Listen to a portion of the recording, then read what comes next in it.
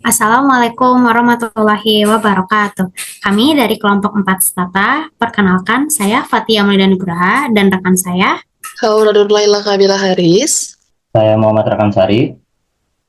Di sini kami akan mempresentasikan atau menunjukkan bagaimana menghitung suatu data menggunakan aplikasi Stata. Dengan data yang kami punya yaitu data time series dengan step-stepnya yaitu uji deskriptif, uji stasioner, uji asumsi klasik yang di dalamnya ada normalitas, multikolinearitas, heterokedastisitas, autokorelasi, kemudian yang terakhir ada validitas dan reliabilitas.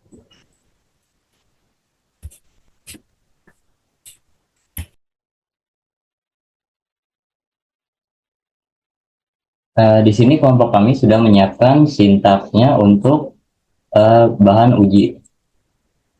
Oke, langsung saja kita menuju statanya.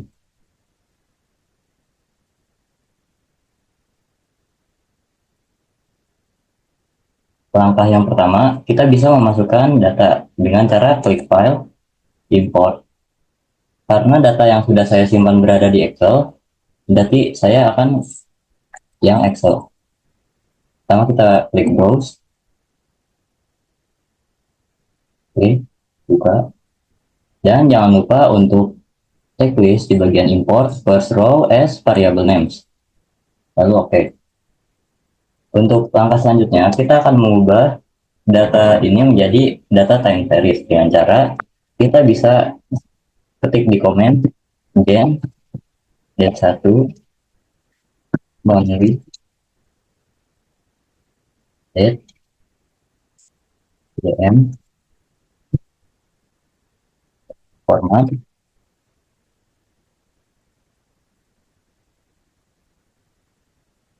set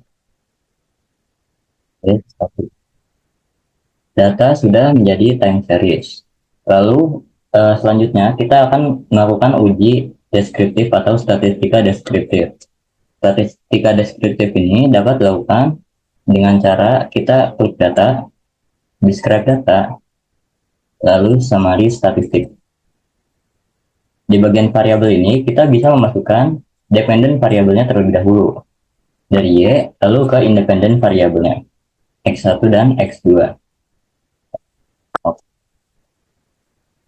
Statistika deskriptif ini berguna untuk mengetahui jumlah keseluruhan data, mean, standar deviasi, nilai minimum, dan nilai maksimum. Lalu selanjutnya kita akan melakukan uji coba stasionaritas dengan cara ketik di komen defaler X1. Variabel X1 ini tidak stasioner karena p-value-nya di atas 0,05. Suatu data dapat dikatakan stasioner apabila p-value-nya berada di bawah 0,05. Lalu X1 ini berada di atas 0,05.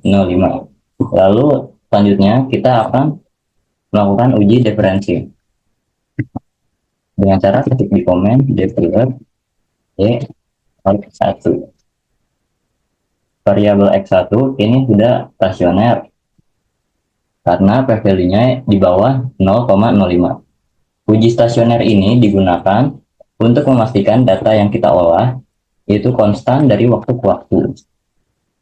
Lalu, uji diferensi ini digunakan untuk menstasionerkan data yang tidak stasioner. Lalu selanjutnya kita akan melakukan pada variabel X2 dan Y.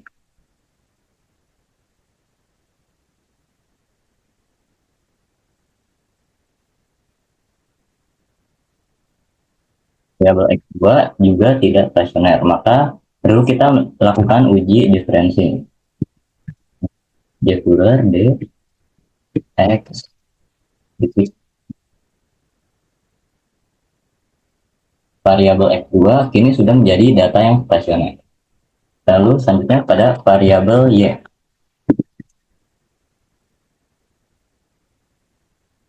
Variabel Y juga tidak stasioner karena angkanya di atas 0,05. Kita lakukan juga uji diferensi pada variabel Y. yaitu Y titik Y. Maka variabel Y sudah stasioner karena p-value-nya berada di bawah 0,05. Untuk langkah selanjutnya akan dijelaskan oleh rekan saya. Terima kasih. Oke, berikutnya kita akan melakukan uji regresi sederhana dengan komen yaitu regres Y, X1, dan X2.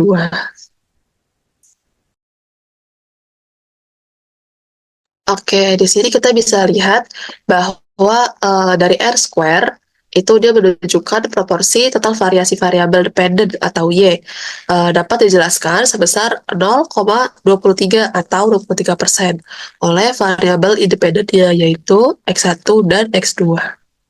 Berikutnya kita langsung aja masuk ke uji asumsi klasik, yaitu dimulai dari normalitas dengan sintaks, SWILT, Y, X1, dan X2.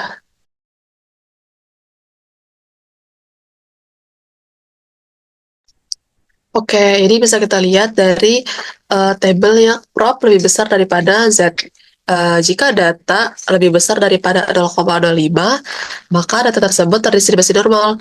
Namun, bisa dilihat di sini bahwa data kita dari Y, X1, dan X2 semuanya di bawah dari 0,05. Artinya dia data tidak terdistribusi normal. Berikutnya langsung aja masuk ke pengujian multikolenialitas dengan komen StatVIF. PIF. Jika data FIF ini dia kurang dari 10, maka tidak terdapat gejala multicol. Bisa dilihat bahwa data kita di kolom FIF dia di bawah dari 10, artinya data kita tidak ada gejala multicol.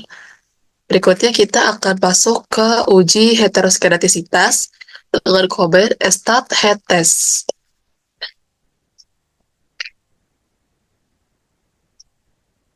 Oke, jika signifikannya ini dia di atas 0,05, artinya tidak terjadi hetero.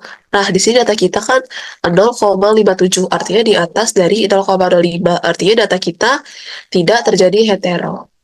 Berikutnya ada uji autokorelasi. Nah, di autokorelasi ini kita bisa masukin komen Stat-Watson. Pada autokorelasi ini, jika hasil dari Watson dia di antara dari -2 sampai dengan 2, maka tidak ada autokorelasi. Nah, di sini data kita kan 0,64, artinya data kita tidak ada autokorelasi. Untuk yang berikutnya akan dijelaskan oleh rekan saya yang lain. Terima kasih. Oke, karena sudah dijelaskan oleh rekan-rekan saya sebelumnya, di sini saya akan menjelaskan bagaimana uji validitas dan reliabilitas. Nah, untuk uji validitas sendiri itu bisa dibilang juga uji korelasi. Yang pertama kita masukkan ke komen yaitu PW CORR dan masukkan variabel yang ada yaitu Y, X1, X2, C.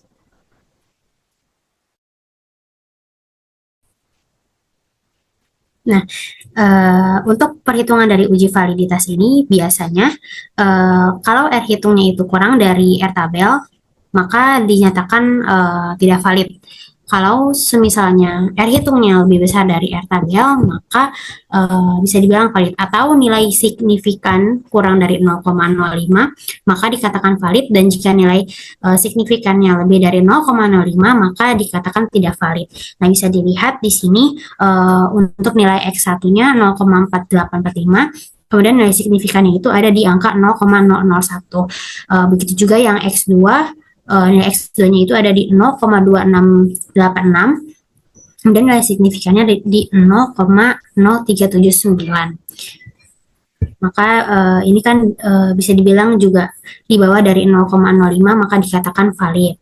Nah, kemudian untuk uji reliabilitas, uji reliabilitas ini dia untuk memberikan hasil yang konsisten atau dapat diandalkan. Nah, untuk komennya sendiri itu yaitu alpha, kemudian dimasukkan variabelnya Y, X1, X2, item. Nah, Untuk di reliabilitas ini bisa dilihat untuk nilai OBS, terus ada item test correlation, item rest correlation, average inter-item covariance, dan juga apa. Nah, untuk reliabilitas ini, untuk mengetahuinya itu, kalau nilai Cronbach alpha-nya itu lebih dari 0,6, maka dikatakan reliable. Kalau misalkan kurang dari 0,6, itu dikatakan tidak reliable. Nah, tetapi untuk uji validitas dan juga reliabilitas ini tuh digunakan hanya untuk data primer yang tipenya itu butir soal. Nah, karena kita di sini memakai data time series, maka untuk uji validitas dan juga reliabilitas ini tidak digunakan. Jadi kita hanya tadi sampai ke uji asumsi klasik, yaitu yang terakhir autokorelasi. Nah, kalau sudah dapat hasilnya, itu kita bisa klik untuk file, kemudian kita bisa ekspor datanya.